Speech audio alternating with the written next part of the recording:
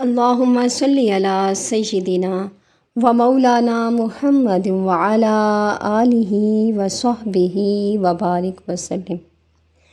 خالق کائنات نے اپنے برگزیدہ انبیاء اور رسولوں کو امتیازات نبوت عطا کر کے انہیں عام انسانوں سے ممتاز پیدا فرمایا، جبکہ حضور نبی کریم صلی اللہ علیہ وآلہ وسلم کو اللہ رب العزت نے عظمت اور رفعت کا وہ بلند مقام عطا کیا کہ جس تک کسی فرد بشر کی رسائی ممکن ہی نہیں۔ آپ صلی اللہ علیہ وآلہ وسلم کے دونوں شانوں کے درمیان مہر نبوت تھی، جو اللہ تعالیٰ کے اس حکم کی تصدیق کرتی تھی کہ آپ صلی اللہ علیہ وآلہ وسلم اللہ تعالیٰ کے آخری رسول ہیں۔ ان کے بعد نبوت کا دروازہ ہمیشہ کے لیے بند کر دیا گیا۔ یہ مہر نبوت دونوں کندھوں کے درمیان ذرا بائیں جانب تھی۔ اس بارے میں صحیح مسلم کتاب باب الفضائل میں بیان کرتے ہیں کہ حضرت عبداللہ بن سرجیس رضی اللہ تعالی عنہ فرماتے ہیں، میں نے مہر نبوت دونوں کندھوں کے درمیان بائیں کندھے کی ہڈی کے قریب دیکھی۔ اسی طرح ترمذی الجامع الصحیح ابواب المناقب میں بیان کرتے ہیں کہ حضرت علی المرتضیٰ رضی اللہ تعالی عنہ کے پوتے حضرت ابراہیم بن محمد کہتے ہیں کہ حضرت علی رضی اللہ تعالی عنہ حضور نبی کریم صلی اللہ علیہ وآلہ وسلم کی صفات گنواتے تو طویل حدیث مبارکہ بیان فرماتے اور کہتے کہ دونوں شانوں کے درمیان مہر نبوت تھی اور آپ صلی اللہ علیہ وآلہ وسلم خاتم النبیین تھے۔ مہر نبوت خوشبوؤں کا مرکز تھی۔ حضرت جابر رضی اللہ تعالی عنہ فرماتے ہیں، پس میں نے مہر نبوت اپنے منہ کے قریب کی تو اس کی دل نواز مہک مجھ پر غالب آ رہی تھی۔ صحابہ کرام رضوان اللہ اجمعین نے حضور صلی اللہ علیہ وآلہ وسلم کی مہر نبوت کی ہیئت اور شکل و صورت کا ذکر مختلف تشبیہات سے بیان فرمایا ہے۔ کسی نے کبوتر کے انڈے سے، کسی نے گوشت کے ٹکڑے سے اور کسی نے بالوں کے گچھے سے مہر نبوت کو تشبیہ دی ہے۔ لیکن یہاں اس بات کی وضاحت ضروری ہے کہ یہ تشبیہ ہر شخص کے اپنے ذوق کی آئینہ دار ہوتی ہے۔ اس بارے میں حضرت جابر بن سمرہ رضی اللہ تعالی عنہ روایت فرماتے ہیں کہ رسول کریم صلی اللہ علیہ وآلہ وسلم کے دونوں مبارک شانوں کے درمیان مہر نبوت تھی، جو کبوتر کے انڈے کی مقدار سرخ ابھرا ہوا گوشت کا ٹکڑا تھا۔ حضرت ابو زید عمر بن اخطب انصاری رضی اللہ تعالی عنہ نے اس مہر نبوت کو بالوں کے گچھے جیسا کہا۔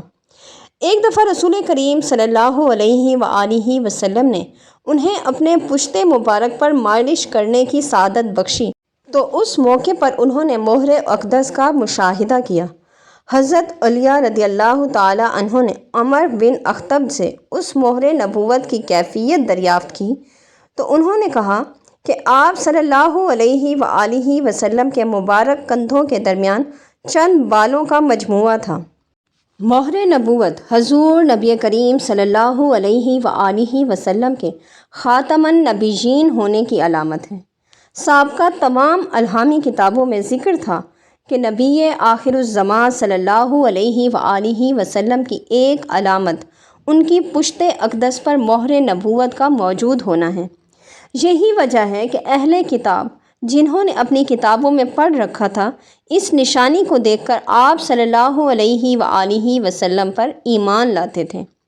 حضرت سلمان فارسی رضی اللہ تعالی عنہ بھی آپ صلی اللہ علیہ وآلہ وسلم کی پشت اقدس پر مہر نبوت کی تصدیق کر لینے کے بعد ہی ایمان لائے تھے۔ حضرت سلمان فارسی رضی اللہ تعالی عنہ کے قبول اسلام کا واقعہ کتب تاریخ و سیر میں تفصیل سے موجود ہے۔ آتش پرستی سے توبہ کر کے عیسائیت کے دامن سے وابستہ ہوئے۔ پادریوں اور راہبوں سے حصول علم کا سلسلہ بھی جاری رہا، لیکن کہیں بھی دل کو اطمینان اور سکون حاصل نہ ہوا۔ اسی سلسلے میں انہوں نے کچھ عرصہ غموریا کے پادری کے ہاں بھی ان کی خدمت میں گزارا۔ غموریا کا پادری الہامی کتب کا ایک جید عالم تھا۔ اس کا آخری وقت آیا تو حضرت سلمان فارسی رضی اللہ تعالی عنہ نے دریافت کیا کہ اب میں کس کے پاس جاؤں؟ تو الہامی کتب کے اس عامل نے بتایا کہ نبی آخر الزمان صلی اللہ علیہ وآلہ وسلم کا زمانہ قریب ہے۔ یہ نبی دین ابراہیمی کے داعی ہوں گے۔ اور پھر غموریہ کے اس پادری نے مدینہ منورہ کی تمام نشانیاں حضرت سلمان فارسی رضی اللہ تعالی عنہ کو بتا دی کہ نبی آخر الزمان صلی اللہ علیہ وآلہ وسلم مکہ سے ہجرت کر کے کھجوروں کے جھنڈ والے اس شہر دل نواز میں سکونت پذیر ہوں گے۔ عیسائی پادری نے اللہ کے اس نبی کے بارے میں بتایا کہ وہ صدقہ نہیں کھائیں گے، البتہ ہدیہ قبول کر لیں گے، اور یہ کہ ان کے دونوں کندھوں کے درمیان مہر نبوت ہوگی۔ پادری اس جہان فانی سے کوچ کر گیا۔ تلاش حق کے مسافر نے غموریہ کو خدا حافظ کہا اور سلمان فارسی شہر نبی صلی اللہ علیہ وآلہ وسلم کی تلاش میں نکل پڑے۔ سفر کے دوران حضرت سلمان فارسی رضی اللہ تعالی عنہ چند تاجروں کے ہتھے چڑھ گئے، لیکن تلاش حق کے مسافر کے دل میں نبی آخر الزمان صلی اللہ علیہ وآلہ وسلم کے دیدار کی تڑپ ذرہ برابر بھی کم نہ ہوئی، بلکہ آتش شوق اور بھی تیز ہو گئی۔ یہ تاجر انہیں مکہ لے آئے، جس کی سرزمین نبی آخر الزمان صلی اللہ علیہ وآلہ وسلم کا مولد پاک ہونے کا اعزاز حاصل کر چکی تھی۔ تاجروں نے حضرت سلمان فارسی رضی اللہ تعالی عنہ کو اپنا غلام ظاہر کیا اور انہیں مدینہ، جو اس وقت یثرب تھا، اس کے بنی قریظہ کے ایک یہودی کے ہاتھ فروخت کر دیا۔ انہوں نے یہودی کی غلامی قبول کر لی۔ یہودی آقا کے ساتھ جب وہ یثرب یعنی مدینہ منورہ پہنچے تو گویا اپنی منزل کو پا لیا۔ غموریہ کے پادری نے یثرب کے بارے میں انہیں جو جو نشانیاں بتائی تھیں، وہ تمام نشانیاں حضرت سلمان فارسی رضی اللہ تعالی عنہ نے دیکھ لیں۔ وہ ہر ایک سے نبی آخر الزمان صلی اللہ علیہ وآلہ وسلم کے ظہور کے بارے میں پوچھتے رہتے، لیکن ابھی تک قسمت کا ستارہ ثریا پر نہ چمک پایا تھا، اور وہ بے خبر تھے کہ نبی آخر الزمان صلی اللہ علیہ وآلہ وسلم مکہ سے ہجرت کر کے اس شہر خنک میں تشریف لانے والے ہیں۔ بعض روایات میں یہ بھی ذکر کیا جاتا ہے کہ حضرت سلمان فارسی رضی اللہ تعالی عنہ ایک دن اپنے یہودی مالک کے کھجوروں کے باغ میں کام کر رہے تھے۔ کھجوروں کے ایک درخت پر چڑھے ہوئے تھے کہ انہوں نے سنا کہ ان کا یہودی مالک کسی سے باتیں کر رہا تھا کہ مکہ سے ہجرت کر کے قباء میں آنے والی ہستی نبی آخر الزمان صلی اللہ علیہ وآلہ وسلم ہونے کی داعی ہیں۔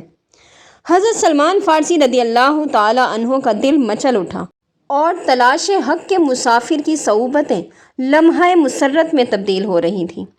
وہ ایک تشتری میں تازہ کھجوریں سجا کر والی کونین صلی اللہ علیہ وآلہ وسلم کی بارگاہ میں حاضر ہوئے اور کہا کہ یہ صدقے کی کھجوریں ہیں۔ تو آقائے دو جہاں صلی اللہ علیہ وآلہ وسلم نے وہ کھجوریں واپس کر دیں کہ ہم صدقہ نہیں کھایا کرتے۔ غموریہ کے پادری کی بتائی ہوئی ایک نشانی سچ ثابت ہو چکی تھی۔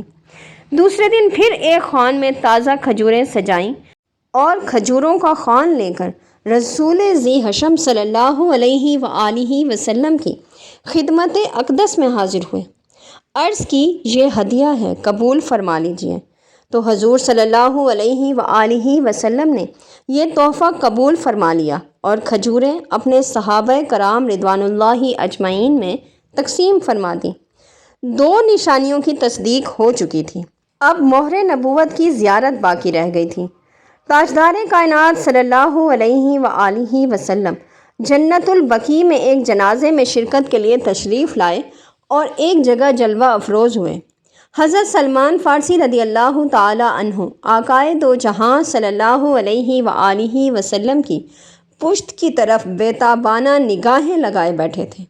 آقائے کائنات صلی اللہ علیہ وآلہ وسلم نے نور نبوت سے دیکھ لیا کہ سلمان کیوں بے قراری کا مظاہرہ کر رہے ہیں۔ مخبر صادق صلی اللہ علیہ وآلہ وسلم نے ازراہ محبت اپنی پشت انور سے پردہ ہٹا لیا تاکہ مہر نبوت کے دیدار کا طالب اپنے من کی مراد کو پالے۔ بس پھر کیا تھا، حضرت سلمان فارسی رضی اللہ تعالی عنہ کی کیفیت ہی بدل گئی۔